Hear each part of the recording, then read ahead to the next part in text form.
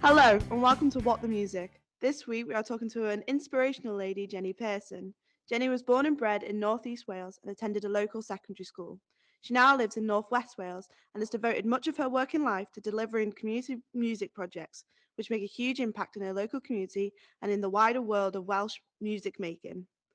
We are so excited to have you with us on the podcast and can't wait to learn more about what you do. Tell us, how did you get involved in music and what inspired you to start working in this field? Well, like you guys, I did A-level music and then I went to do a degree in music, mostly because it was the only thing I was really any good at. Um, so I did music, Welsh and English for A-level, and I, yeah, music was the only thing that I really, really loved doing. And I've always been a singer from a young age, and so I thought, right, I'm going to go and do a music degree. And during my degree, I did all manner of different strands of music, stuff that I'd never kind of come across before. When I came out of uni, I had a place to go and study opera at the Royal Northern, but I couldn't afford to go. I'm from a very ordinary working class background. Um, my dad was already working two jobs. My mum was working as well. There was no way that, I mean, even back then, the fees were like £15,000 for a year. And there was no way that I could afford to go. And so I got a job working in a music shop in town just by chance. And I started doing a little bit of singing teaching for kids of friends and that kind of thing, just very on a very kind of casual basis.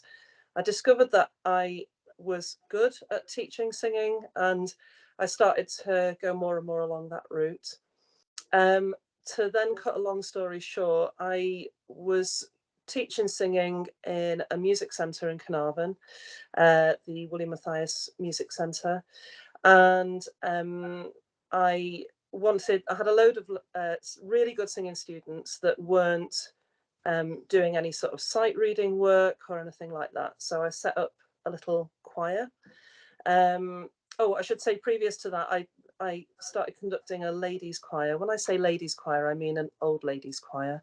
And they were really great because it was like having a choir full of grandmas, and they all sort of looked after me and put me through my paces. And it was a really great place for me to kind of make mistakes and that kind of thing.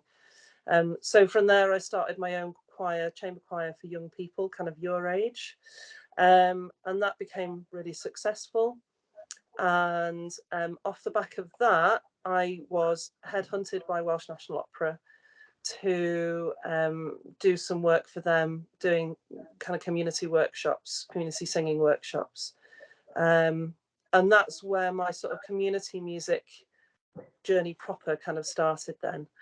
So I ended up conducting a community opera for them, written by Pwyllap Sean, that was reprised a couple of years later. So that involved me conducting a professional orchestra as well, which was quite scary at the time.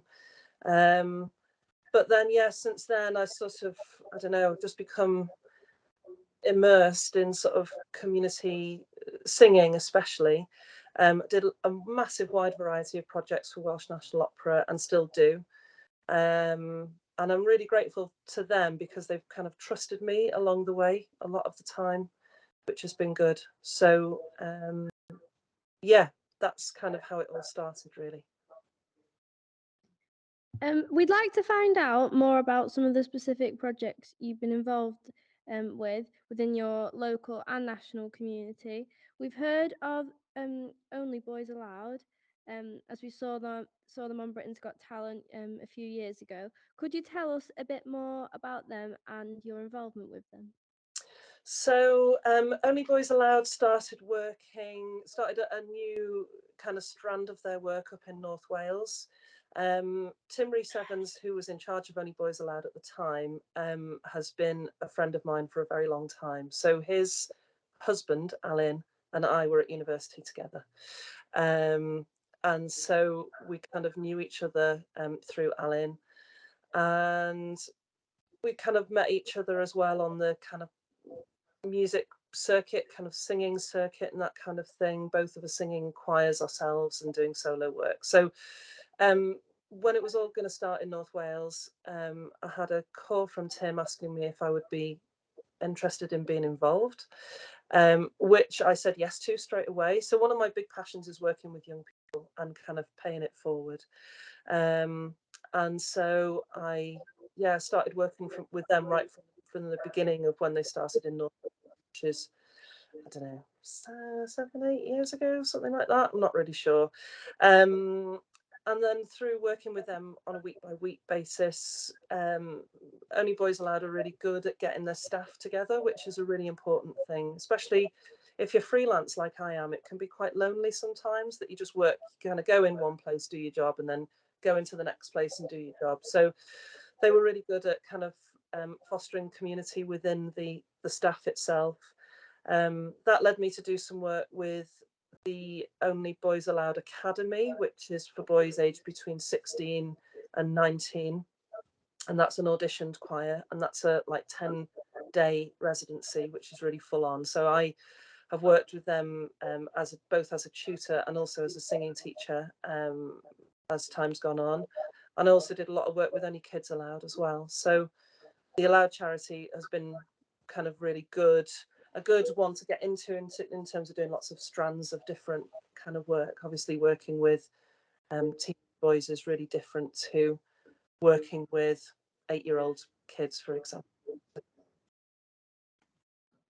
Uh, could you tell us more about the National Youth Choir and what impact do you think that organisation like this has had on young people?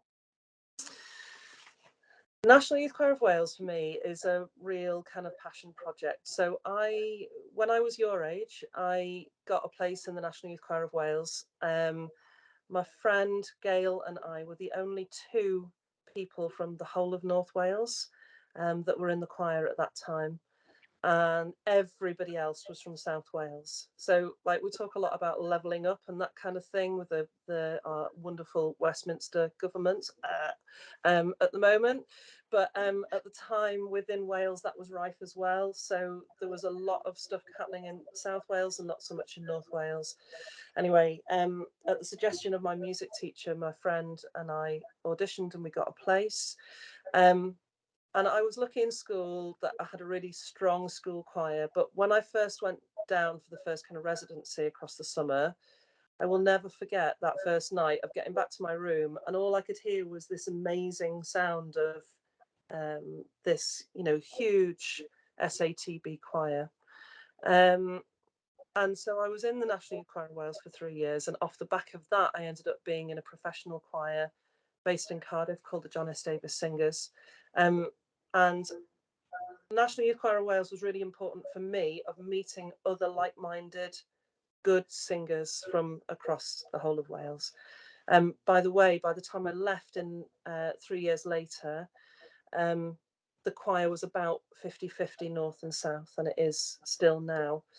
Um, so yeah, I was in the choir and I was really kind of, I knew how much it had meant to me and to a lot of my peers. And then I was asked to be alto tutor for the choir about 5 years ago, I think. And I absolutely jumped at the chance to do that because, as I say, I'd had such an amazing positive experience myself that I really wanted to be involved in the choir and being able to pay that forward again. So yeah, so I've now been alto tutor for I think it's about the last 5 years, something like that. And do the odd bit of conducting of the choir from time to time. And myself and three other colleagues have just done all the auditions for the National Youth Choir of Wales for the whole of North, Mid, and South Wales, which has been quite a big chunk of work, quite a grueling task, and a really difficult task because you want people to have the opportunity, but also you can hear straight away whether they're vocally going to be able to be up to singing full on for 10 days or not. So yeah, I would say for any of you, just if you have the chance to do it, do it. It's such a huge positive thing, and you kind of get there and you meet other people that are like you. Those of you like me who are trying to be cool, but really I'm just a music geek, and the older I get, the prouder I am of that. but it's, yeah, you kind of find your tribe and you will make so many contacts for the future. Lots of people that I was in the choir with are professional musicians, either singers. One guy is a composer for TV and film. A lot of people are doing similar sort of work to me. So yeah, it really opened a lot of doors for me, the National Youth Choir of Wales. The Welsh National Opera was a high-profile national music organisation that you work with. Do you think that bringing opera and classical music to the community is important? Oh, I've got a bit of a fire in my belly about this.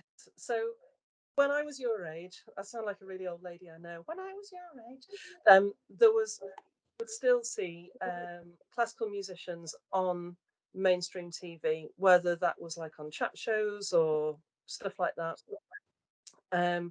Nowadays, there's no classical music on TV unless you seek it out on Sky Arts or BBC or that kind of thing. A lot of people think that people your age and younger aren't into classical music. I really believe that's because young people haven't been exposed to classical music. I had a great example of this. The choir that I mentioned earlier that I started for young people, it started really small, and we did a piece by Vivaldi, Vivaldi's Magnificat. Really easy piece, but really effective. We did it with a little string quartet, and it was a great performance. And at the end of it, one girl that was in the choir, who was in year 9 at the time, said, "Oh, I really like this old stuff. Can we do a bit more of that?" And that was because they've just never been exposed to that kind of music, you know. So for me, Welsh National Opera is really important about taking classical music out into communities that aren't exposed to classical music at all, whether that be opera or instrumental stuff or whatever. So yeah, it's something that's really important to me. I remember doing Can Sing at primary school. I think you may have visited our school and got us all singing. Why do you think getting young people singing is so important? Singing is so good for your mental well-being, for your physical well-being, and it just opens up so many pathways in the brain. So especially for kids, I've got a 9-year-old daughter myself. Trying to expose any child to lots and lots of music is a good thing. It improves literacy, it improves numeracy, all of those things. Head teachers, especially in primary schools, are always trying to tick those boxes out literacy and numeracy. And yet, singing can do all of that, and it can be fun at the same time. So, Cancer has been a really important project because there are a lot of primary school teachers who are brilliant primary school teachers, but not musicians. So it gives kids access to good quality music resources, and hopefully to make memories for people like you that can remember me coming and shouting at you in your school about 200 years ago. You're obviously very experienced in delivering music workshops and getting people making music. We've been learning how to do that ourselves and deliver some workshops to the local primary school. And it isn't as easy as it looks. Could you give us some tips on how to do this more successfully? Don't go into a room with an ego. Oh, don't assume that you're the best person in the room.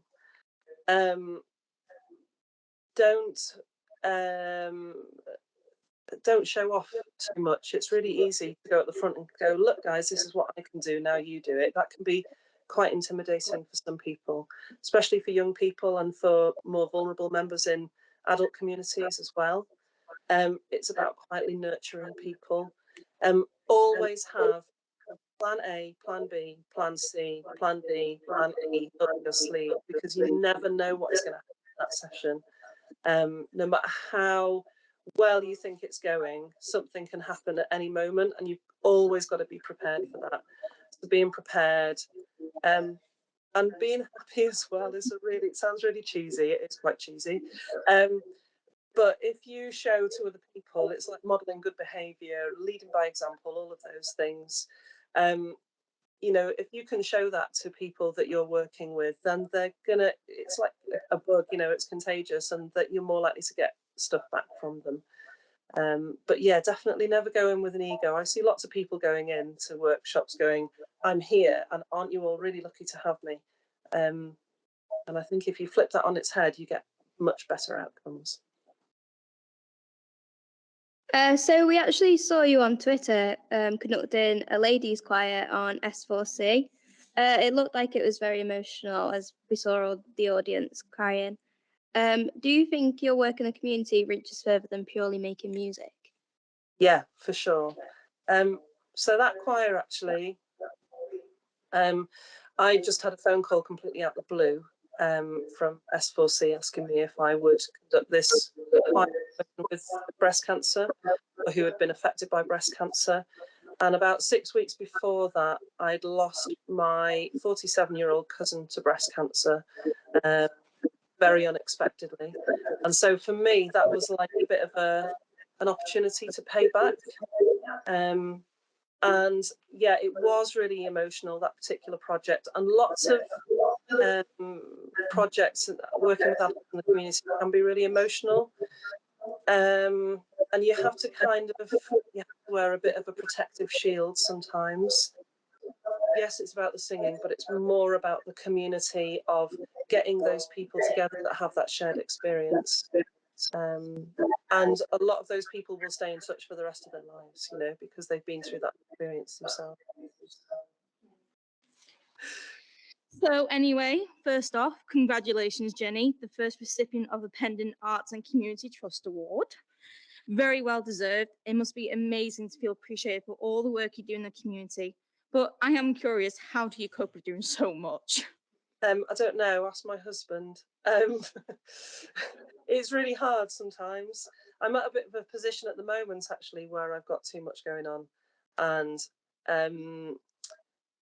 one of my biggest battles is with community music is making sure you get paid properly. That sounds a bit selfish, but it's my job at the end of the day. And sometimes you get people saying, "Oh, could you just," or could I just bounce these ideas off you or whatever? And you think, yeah, I'm not getting paid for any of this.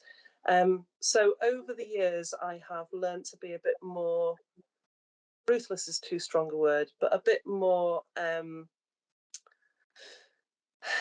don't know, just a bit kind of sticking up for myself a bit in that sense. So I've trimmed down a lot of work that was sort of very physically and emotionally draining for not a great deal of either thanks or financial recompense. And I'm at a stage in my career where I can afford to be a bit more choosy. When I was starting out, and I would say right up until, so I'm 48 nearly, right up until I was sort of in my mid-30s, I felt like I had to say yes to absolutely everything that I did, that everything that was offered to me. You just say yes to everything because you're desperately trying to get experience, trying to get contacts, trying to just get your name out there, all of those kinds of things. And as I've got older, and I don't know about wiser, but certainly older, I feel like I'm able to kind of say no to a few more things. So yeah, every now and then I have to kind of check myself and just think, am I doing all right? And you know, we talk, especially nowadays since COVID, a lot about kind of self-care and all of that kind of thing. And you know that old thing about putting your own oxygen mask on before you put on somebody else's. I think that's a really important thing to factor into when you do community music. You can only be really good and really helpful to other people if you're in a good place yourself. So sometimes it does mean saying no to things, and making sure that the work that you are doing is really, really worthwhile, really. Well, a final question before we end today's podcast. What is the best piece of advice you could offer to us as we embark on our careers in the music industry? Oh my God. Um, um, make sure you've got respect for yourself. It sounds really selfish to say that, but know what your worth is. And don't let people trample on you. There will always be somebody that thinks they can walk over you. Don't let that happen. Be strong. Stick up for yourself. You don't need to be, you know, RC in order to do that. But stick up for yourself, and yeah, be humble when you go into a workshop, because you will learn far more that way than trying to be the big I am when you go into a workshop situation. That's probably more than you asked for. Sorry. Well, thank you so much for joining us on What the Music. It's been a privilege to speak to you, and we have learned so much. So join us next week where we'll be interviewing Laura Davis. Thank you very much.